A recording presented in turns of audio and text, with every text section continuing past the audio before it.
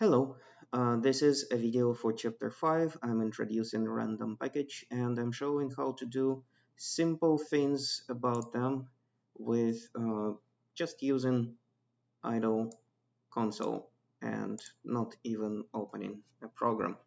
So first of all, import random. This will import all the functions that are stored in, and other objects that are stored in a random package. Okay, and now for example, I want to choose a random choice. I want to make a random choice between true and false, between two values, Boolean values. And here it chooses randomly, and maybe we should play a couple of times just to see what happens. So here is one way to use random. If you have some objects, you can choose between them. You put them in a list. I'm going to highlight the list part of it. This is a list. So in brackets, comma separated objects, those could be strings, numbers, whatever. That's one of the functions we will need. Another function that we might want to have is random dot randint, and I'll say here is a prompt. Actually, what we need to do is choose from a 1 to 10.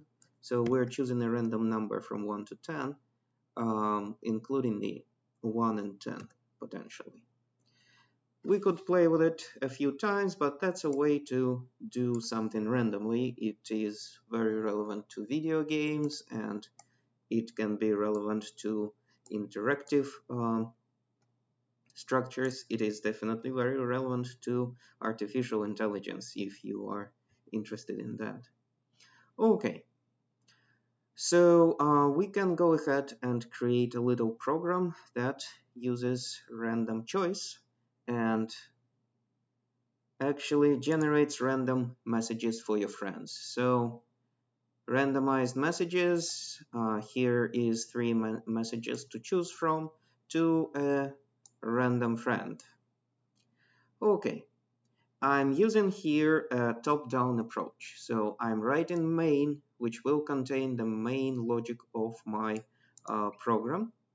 I will have a function choose that will do the randomly select a friend and a message, and I will have a function message printer which just prints a message made of friend, message, and whatever I want in that printing statement. But the important part is that there is a one function which returns two values, friend and message, and another function that takes these two values.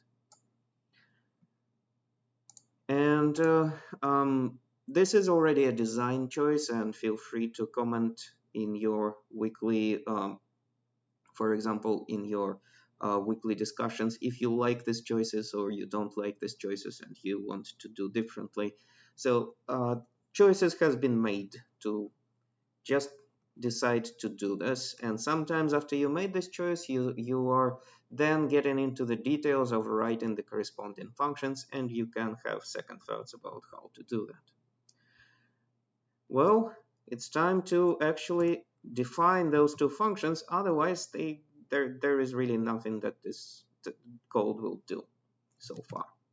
Def choose, it's important to have exactly the same spelling, capital or small letters. So what will this do? We will do select a friend. I'm going to call it fr from the list. And friend, so this is random choice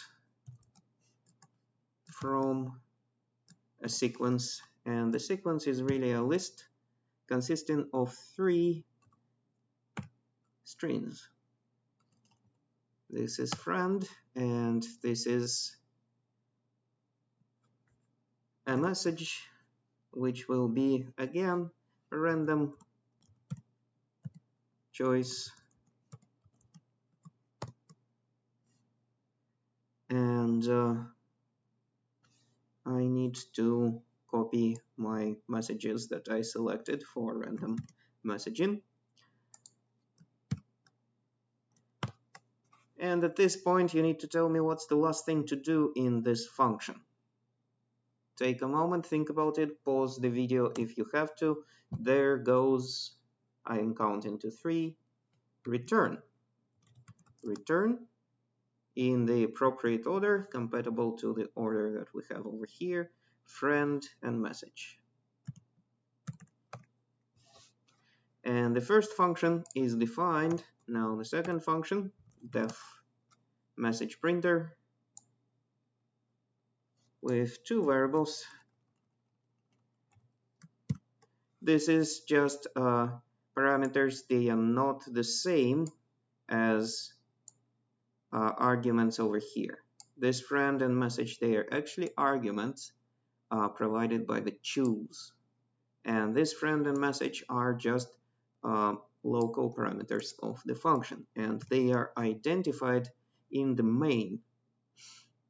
So what do I need to do? Print. I can make printing statement like hello, then the name of the person, friend, and then maybe comma, friend plus comma, and then message. Let's see if that will work. So here I'm adding a comma, as the addition between the strings is concatenation, so there is a name of the friend plus a comma, and then there is a message. Okay, so let's run this. It ran, it did not do anything, and that is natural because I never called the main. Before calling the main, I'm going to call the function choose just to test and debug it. And here we go. Random is not defined. That happens because I never imported the package. So I can do it inside here, import random, and that's a choice, import random. That is a choice because that's where we use it. However, we need to think how many times do we use this function. If we are going to use it often, maybe it's not the best idea to import the function every time. If we know that it kind of works every time and we don't need it often, then we would put this import over here. And my choice is to actually put it over there in the very beginning of the program. For small programs, it doesn't matter, but if you're getting serious about this and there is just no excuse if you are going to call choose all the time, there is no excuse to re-import the random. And it might just work with this correction. Okay, so I'm checking choose. What does it do? And we need to catch up. Okay, it appears to be working. I would actually check it more than once. And separately, I can test the message printer.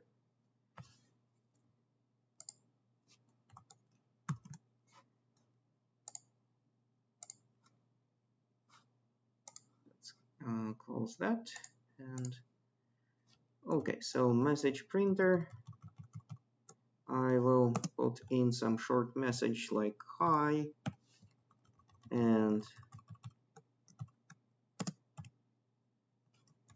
Chris, for example. All right, Let's run that. So hi was a message, but it turned out to be a little bit of tautology. It might work better with the actual messages over here. And finally, we can go ahead and put a main in it, and that way it will run right away. Here we go. Hello Becky, you are nice. Let's rerun it. Hello Anne, we need to catch up. So this is creating an illusion that you care for your friends and you want to connect with them. All right, that was one example.